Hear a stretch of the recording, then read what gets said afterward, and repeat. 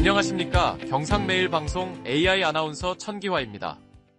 여러분, 국가가 정책 실패로 대규모 피해를 일으켰는데도 직접 수행하지 않았다는 이유만으로 모든 책임을 피할 수 있다면 이 사회의 정의는 어디에 있을까요? 포항지진 피해자 49만 명. 그들의 권리를 가르는 건 바로 국가배상법을 어떻게 해석하느냐입니다. 오늘은 포항지진 2심 판결의 네 번째 쟁점, 국가배상법 해석에 대하여 깊이 있게 들여다보겠습니다. 앞서 1심 재판부는 산업부 등 감독기관이 사업의 기획, 승인, 평가, 예산 배정 등 정책 실행에 필요한 모든 권한을 가지고 있었고, 공무수탁사인의 과실 역시 국가배상법상 국가에 귀속된다고 해석했습니다. 또한 지열발전 사업 과정에서 반복된 경고신호와 예비지진, 신호등 기준 위반, 물 주입량 초과 등 명백한 위험 징후가 있었음에도 관리기관이 실질적 조치를 취하지 않은 점을 중대한 관리의무 위반, 즉 주의의무 위반으로 판단했습니다. 따라서 1심은 국가와 사업자의 손해배상 책임을 일부 인정했습니다. 하지만 2심 재판부는 국가배상법상 책임을 인정하려면 직접적인 고의과실과 직접적인 인과관계가 명확히 입증되어야 한다고 해석했습니다.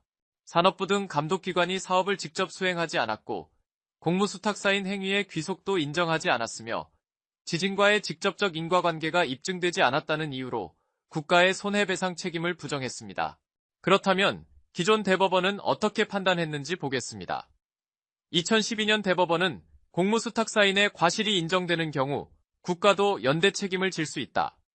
1996년에는 국가가 과제를 도급하면서 안전성과 예측 가능성을 소홀히 했다면 그 결과에 대한 책임을 져야 한다.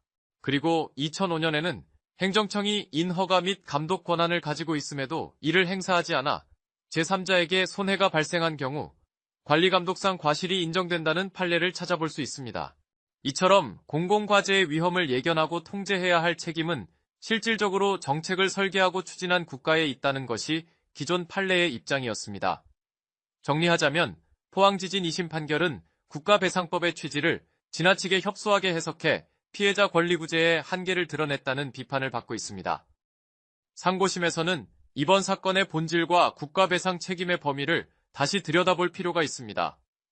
공공의 책임은 어디까지인가 그 판단이 새롭게 요구되고 있습니다. 다음 편에선 환경정책기본법 적용 쟁점에 대하여 집중적으로 살펴보겠습니다. 구독과 알림 설정을 해두시면 다음 이야기도 빠르게 만나보실 수 있습니다. 함께 생각해주시고 끝까지 지켜봐 주시기 바랍니다. 지금까지 경상매일방송이었습니다.